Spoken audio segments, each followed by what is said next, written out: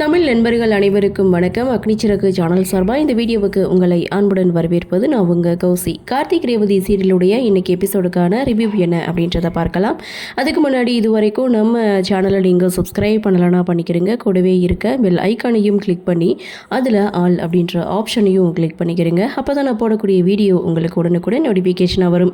எபிசோடை பொறுத்த வரைக்கும் எதிரும் புதிருமாக இருக்கக்கூடிய கார்த்தி ரேவதி இவங்க ரெண்டு பேருக்குமே இன்றைக்கி ஃபர்ஸ்ட் நைட்னா நாம் ரெண்டு பேருக்கும் ஏன் ஃபர்ஸ்ட் நைட் நடக்கக்கூடாது அப்படின்னு சொல்லி யோசித்து மயில் வாகனம் பாட்டி கொடுத்து விட்டு அந்த பாலை ரோஹிணிக்காக எடுத்துகிட்டு போகிறாரு. போகிற வழியில் சுவாதி கேட்குறாங்க. சுவாத்தியை தீட்டிட்டு அங்கேருந்து போயிட்டு ரேவதி கூட பேசிகிட்டு இருக்கிற ரோஹிணிக்கு அந்த பாலை கூப்பிட்டு கொடுக்க ரோஹிணியும் குடிச்சிட்டு அங்கேருந்து போகிறாங்க. அப்படியே சீனை கட் பண்ணால் மயில் வாகனம் ரோஹிணி இவங்க ரெண்டு பேருக்கு இடையில் பேக்ரவுண்ட் மியூசிக்கோட ஒரு ரொமான்ஸ் சீனை வந்து கொடுத்துருப்பாங்க. இந்த பக்கம் ரேவதி ரூமில் வெயிட் பண்ணிகிட்டு இருக்காங்க. அப்போது கார்த்தியுடைய என்ட்ரி. கார்த்தியை பார்த்ததுமே ரொம்ப அன்பாக பேசுகிற மாதிரி பேசின ரேவதி டக்குன்னு அவங்களுடைய நடவடிக்கையை மாற்றிக்கிறாங்க. ஏன்னா இந்த வீட்டில் மாப்பிள்ளை ஆகிட்டீங்க, உங்களுக்கு மரியாதை கொடுத்து தானே ஆகணும் அப்படின்னு சொல்லி இங்கே கோவப்பட்டு கார்த்திகிட்ட வந்து பேசிகிட்டு இருக்காங்க. கார்த்தியும் உண்மை என்ன அப்படின்றத ரேவதிக்கு புரிய வைக்கிறாங்க. ஆனால் ரேவதி அதை நம்பலை.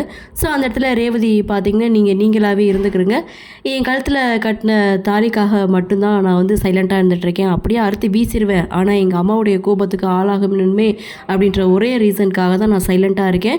ஏன்னா எங்கள் அம்மா கோவப்பட்டு எங்கள் அப்பாவை இத்தனை வருஷமாக பிரித்து வச்சதே போதும், எங்கள் அப்பா ஓரலுக்காக நான் எல்லாத்தையும் பொறுத்து போயிட்டுருப்பேன் அப்படின்னு இங்கே ரேவதி கார்த்திகிட்ட சொல்லிகிட்டு இருக்காங்க. அது மட்டும் இல்லை, நீங்கள் தான் மகேஷை கடத்திருப்பேன்னு எனக்கு தெரியும், எங்கே கடத்தி வச்சுருந்தாலும் மகேஷை மாயா கிட்ட கொண்டாந்து விட்டுரு அப்படின்னு சொல்லி கார்த்திகிட்ட பேசிட்டு ரேவதி தரையில் படுத்து தூங்குறாங்க. கார்த்தியும் சைலண்ட்டாக நின்று பார்த்துட்டு அங்கேருந்து போகிறாங்க. மறுநாள் காலையில் மயில் வாகனம் ரொம்ப சந்தோஷமாக கீழே இறங்கி வர்றாரு. ஸோ அதே சந்தோஷத்தோட ராஜராஜர் நிற்க இவங்க ரெண்டு பேருடைய கன்வர்சேஷன். ஸோ கார்த்திக் ரேவதி இவங்க ரெண்டு பேரையும் சேர்த்து வைக்கிறதுக்கு நாம் ரெண்டு பேரும் சந்தோஷமாக இருந்துட்டு வரோம் அப்படின்னு சொல்லி ரெண்டு பேரும் பேசிகிட்டு இருக்காங்க. இன்னொரு பக்கம் கார்த்தி தன்னுடைய ஃப்ரெண்ட் சரவணனை மீட் பண்ணுறாரு. மகேஷை பற்றி சரவணன் கிட்ட வந்து சொல்கிறாங்க. சரவணன் அவருடைய ஃபோட்டோவை கேட்க கார்த்தி அவருடைய ஃபோட்டோவை சென்ட் பண்ணிவிட்டு லாஸ்ட்டாக ஒரு விஷயத்த சொல்லிட்டு போகிறாரு.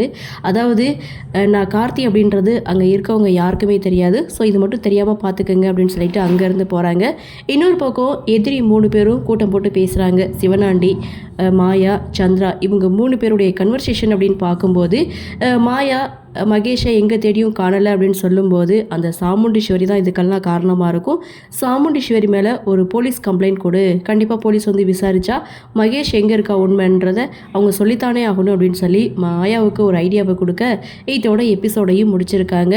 மாயா போலீஸை கூட்டிகிட்டு சாமுண்டீஸ்வரி வீட்டுக்கு போக போகிறாங்க. அடுத்து என்ன நடக்க போகுது அப்படின்ற ஒரு எதிர்பார்ப்போட இன்றைக்கி எபிசோடை முடிச்சிருக்காங்க.